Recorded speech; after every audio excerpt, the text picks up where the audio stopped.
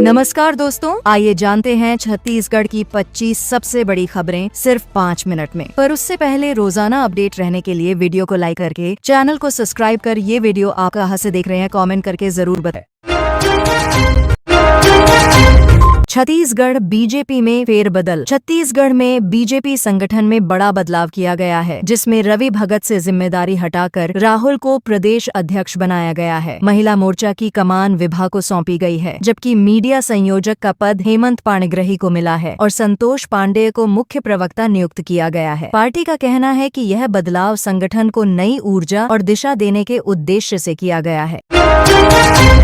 छत्तीसगढ़ से गुजरने वाली 30 ट्रेनें रद्द। छत्तीसगढ़ से गुजरने वाली 30 ट्रेनों का संचालन अगले 16 दिनों के लिए रद्द कर दिया गया है, जबकि 5 ट्रेनों को शॉर्ट टर्मिनेट किया गया है। इस फैसले से मध्य प्रदेश, महाराष्ट्र, बिहार और गुजरात के यात्रियों को असुविधा हो सकती है। रेलवे ने 15 सितंबर तक इन ट्रेनों के नहीं चलने की घोषणा की है। कारण के रूप में तकनीकी कार्य और मरम्मत को बताया गया है।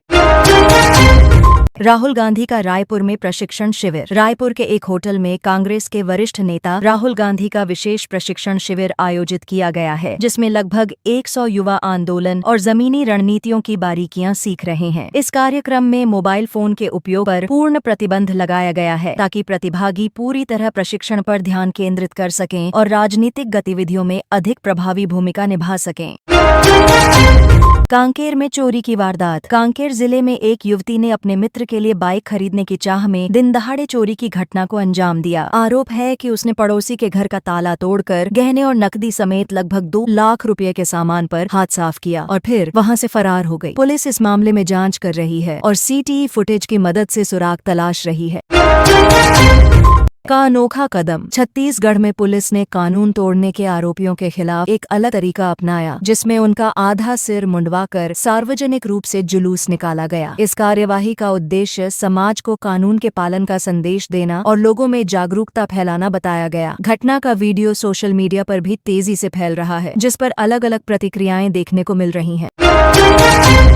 छत्तीसगढ़ क्रिकेट का नया सितारा। छत्तीसगढ़ के युवा क्रिकेटर तन्मय वरदा ने अपनी प्रतिभा के दम पर बीसीसीआई कैंप के लिए जगह बनाई है, जिससे राज्य में खेल प्रेमियों के बीच उत्साह का माहौल है। तन्मय का चयन उनके बेहतरीन प्रदर्शन और लगातार मेहनत का नतीजा माना जा रहा है। विशेषज्ञों का मानना है कि यदि उनका खेल इसी तरह आगे बढ़ा तो वे आने वाले समय में राष्ट्रीय टीम का हिस्सा बन सकते हैं।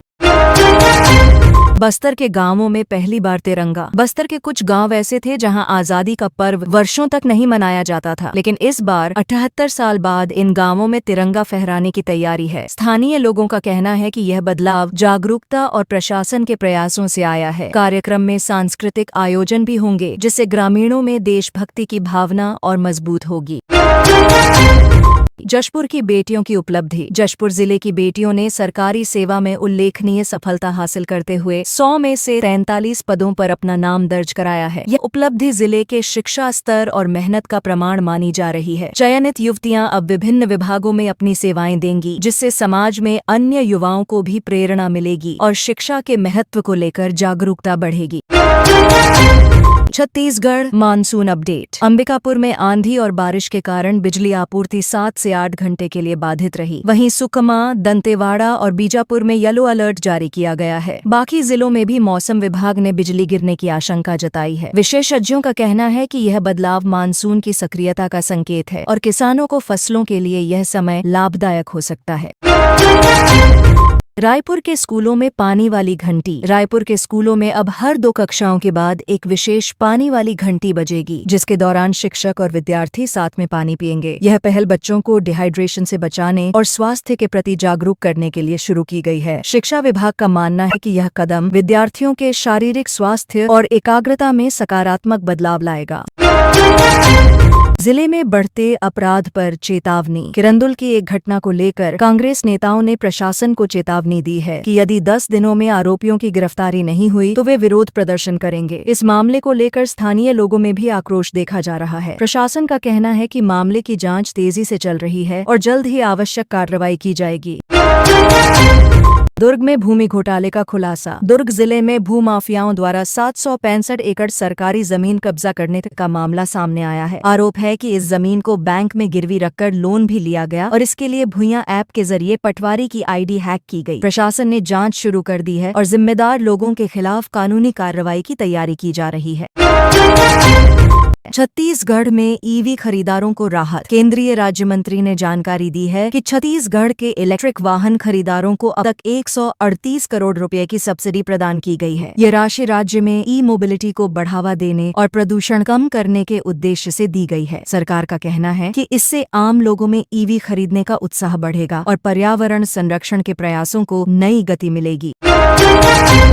कटघोरा में हाथियों की मौजूदगी। कोरबा जिले के कटघोरा इलाके के पिकनिक स्पॉट में जंगली हाथियों का झुंड दिखाई देने से लोगों में सतर्कता बढ़ गई है। वन विभाग ने बताया कि इस समय जिले में करीब 80 हाथियों का दल सक्रिय है, जिससे 200 गांव प्रभावित हो रहे हैं। विभाग ने ग्रामीणों को सतर्क रहने और किसी भी अनहोनी से बचने के लिए दिशा निर्देश जारी किए हैं।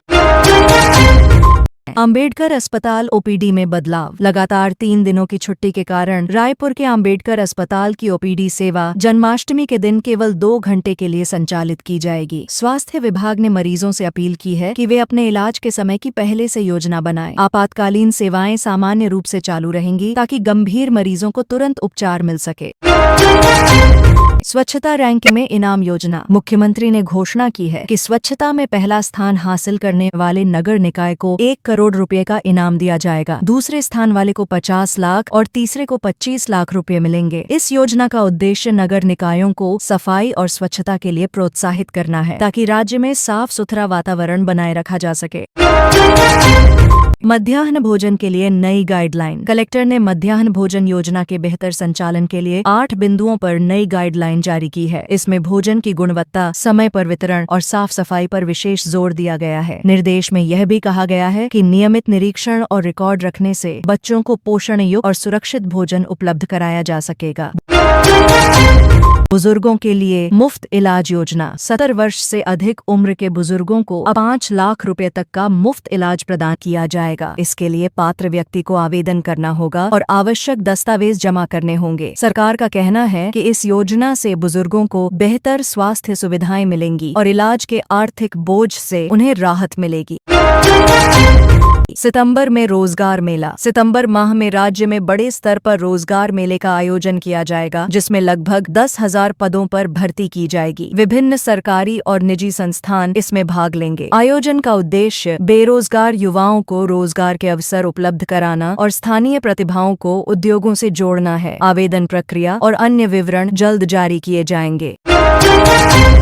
आत्मानंद स्कूल में शिक्षक कमी पर विरोध। आत्मानंद स्कूल में निर्धारित 24 की जगह केवल 5 शिक्षक होने से नाराज छात्रों ने राष्ट्रीय राजमार्ग पर जाम लगा दिया। छात्रों का कहना है कि शिक्षक की कमी से पढ़ाई प्रभावित हो रही है। प्रशासन ने छात्रों को आश्वासन दिया है कि जल्द ही आवश्यक नियुक्तियां की जाएंगी और शिक्षा व्यवस्था को सामान्य बनाया जाएगा।